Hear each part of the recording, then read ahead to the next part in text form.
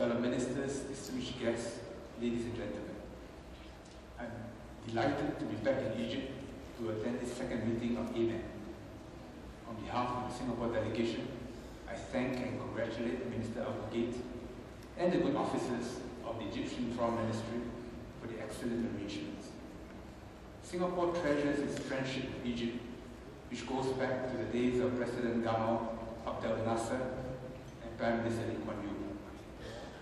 The strong support of President Hosni Mubarak of Egypt, King Abdullah of Jordan, and Prime Minister Sheikh of Bahrain in February 2004 convinced Singapore Prime Minister Goh Chok Tong that the idea of AMED was worth pursuing. AMED has made good progress since our inaugural meeting in Singapore in 2005.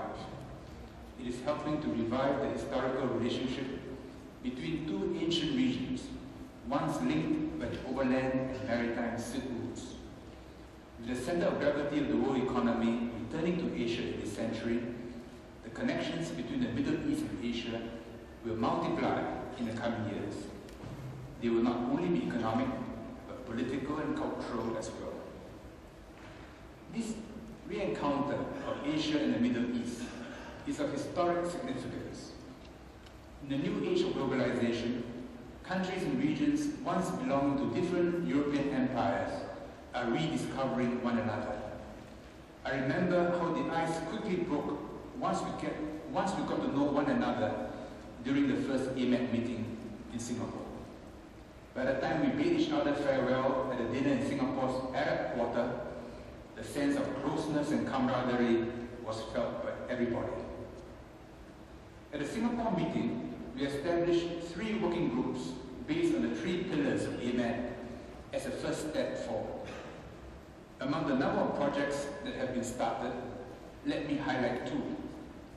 The Economic Working Group, co-chaired by Egypt and Thailand, is working on the standardization of halal food certification across Asia and the Middle East. Such standardization would facilitate trade and investment in halal foodstuff, an industry which is worth billions of dollars. The Social, Educational, Scientific, Cultural, Environmental and Media Working Group, co-chaired by Jordan and Singapore, has established 2 regional training centers in Amman and Doha, focusing on vocational training and public administration respectively. Both training centers are up and running and already conducting courses on a regular basis.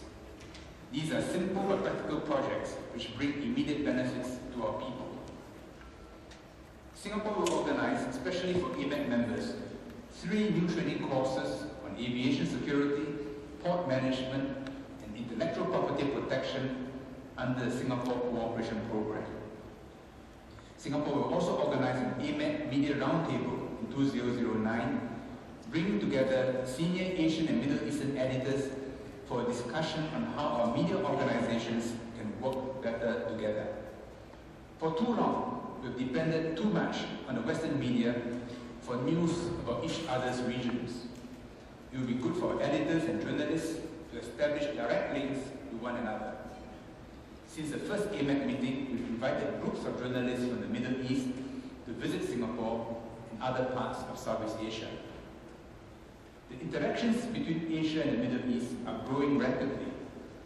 It was significant that King Abdullah of Saudi Arabia chose to make his first overseas visit to 4 Asian countries in 2006 after ascending the throne.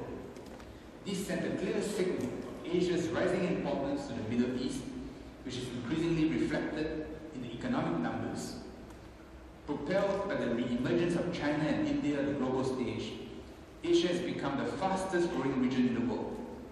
Asia's energy needs have raised the prices of oil and gas, ushering in a new era of prosperity for hydrocarbon-rich countries.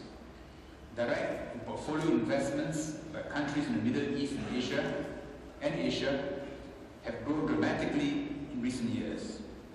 Islamic finance and banking have become more important in Kuala Lumpur, Singapore, and Hong Kong. The Middle East has also become a huge opportunity for Asian companies. Trillions of dollars are being spent on infrastructure, creating an unprecedented construction boom. Some of the most remarkable cities of the future are being built in the Gulf.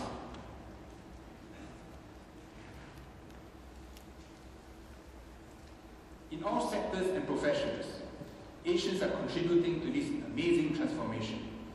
Asian companies from Japan, Korea, China, India, and ASEAN are involved in all kinds of projects.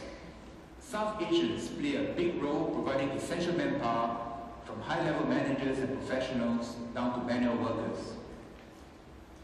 The Middle East has become more and more important to the Singapore economy.